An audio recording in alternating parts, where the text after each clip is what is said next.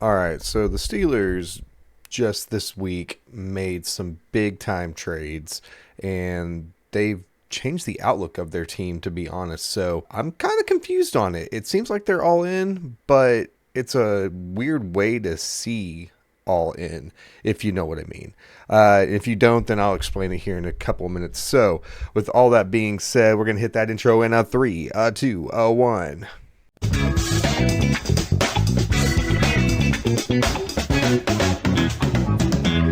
What is going on, ladies and gentlemen? Sas here with the First Round By Show, where we are all football all the time. And today we are going to be talking about the recent moves of the Pittsburgh Steelers. I've never really been a huge Steelers fan, but they've been making some interesting moves. Let's start off with the first piece of information that we know about. They recently traded star safety Minkah Fitzpatrick to the Miami Dolphins in exchange for Jalen Ramsey and Jonnu Smith. Jonnu Smith is a tight end who's really been emerging lately.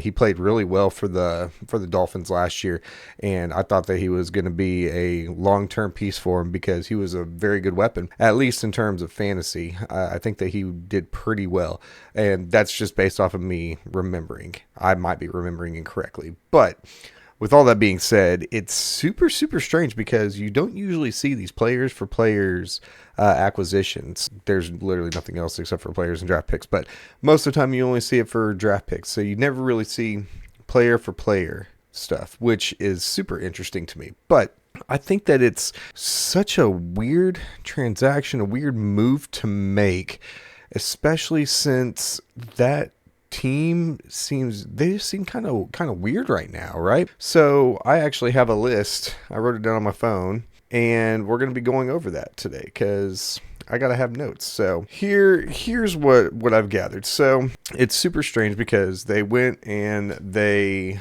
added Mr. Will Howard, I believe, from Ohio State. He had a phenomenal playoff record. He did really well, and so they brought in, and then all offseason they'd been talking about possibly grabbing Aaron Rodgers and stuff. Well, they nabbed Aaron Rodgers, which was an interesting move in my opinion, because I thought he was absolutely terrible with the Jets last year. Absolutely terrible. I say that, and I think that I actually did a video on it before. And I actually praised Aaron Rodgers because I don't think that I think I was trying to prove that he didn't do as bad as everybody thought. And from the outside looking in, with that back end perspective, I really don't think that he did a great job. Let's not take away from who Aaron Rodgers is. Obviously, he has 20 plus years of experience in the NFL, multi-time MVP. He actually has won a Super Bowl. But the problem is that he's on the downside of his career, and it doesn't matter how much you try to make him look better. He had some pretty decent weapons over there in New York, and he still can get the job done. Now, granted, the Steelers are a lot different. The Steelers are very well coached. Mike Tomlin has been there for a long time, but he's always been very, very good over there. And at the end of the day, coaching also matters. So, and honestly, Aaron Rodgers has talked about how much he likes Mike Tomlin, which is kind of crazy because I don't know, for some reason Mike Tomlin just seems like some kind of a guy that you wouldn't necessarily get along with all the time. But either way, so they went and picked up Aaron Rodgers. They also picked up DK Metcalf, who, in my opinion, is uber talented.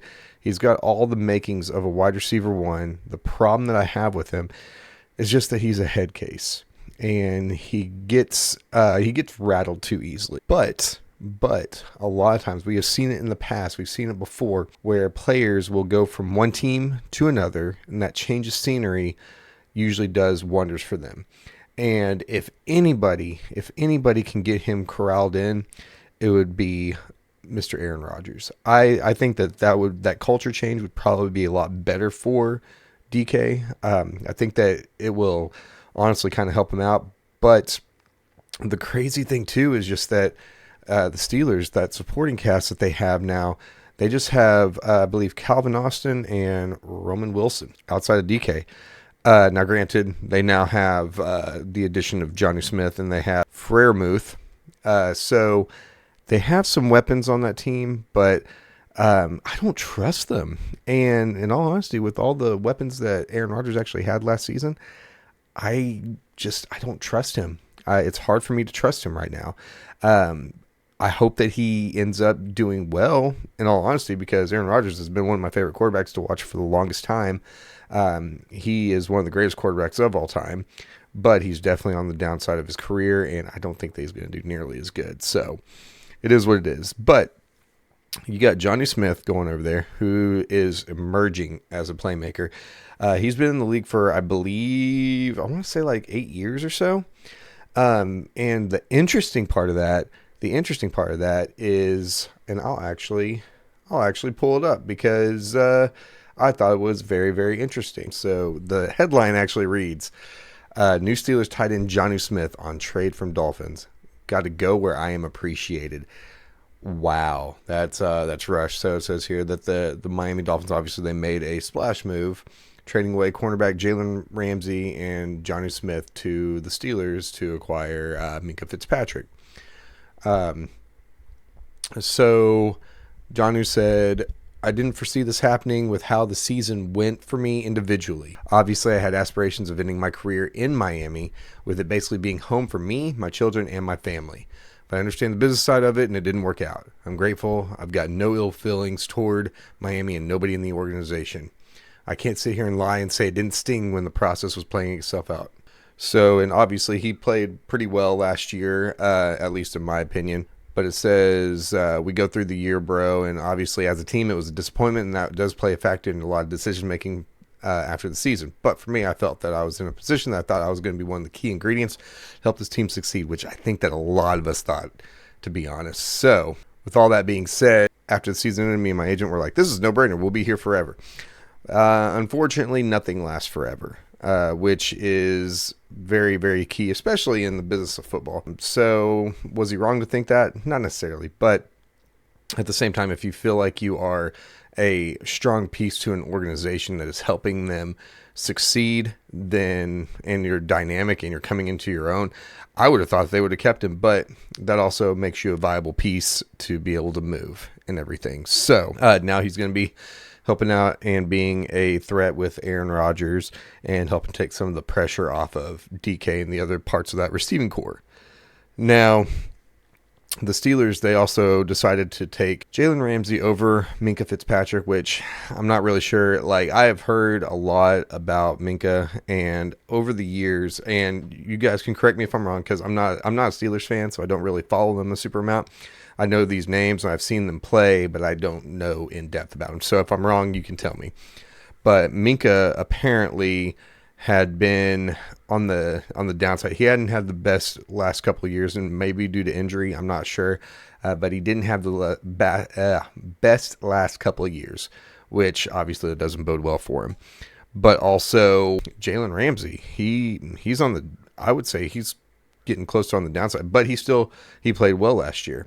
And I think that kind of helped out with the transition. I think it's going to help lessen the blow of the trade anyway. So with all that being said, they also picked up Darius Slay, 3 years, $42 million, which is going to be awesome in that secondary. And then they're literally probably about to pay TJ Watt, and that dude's going to command a ridiculous amount of money. Then I guess you could say that they're in win now mode. It's kind of strange, to be honest, in my opinion. I think it's very strange because usually whenever I think of somebody being in like a win now mode, I think of, actually, I say that I don't even know. So maybe they are in win now mode and I'm just an idiot, but I don't know. It came together very awkwardly, very weird, because Aaron Rodgers took so long to make that decision. I mean, pretty much the whole football world knew that he was going to be going over there, but it was still a weird decision in my opinion.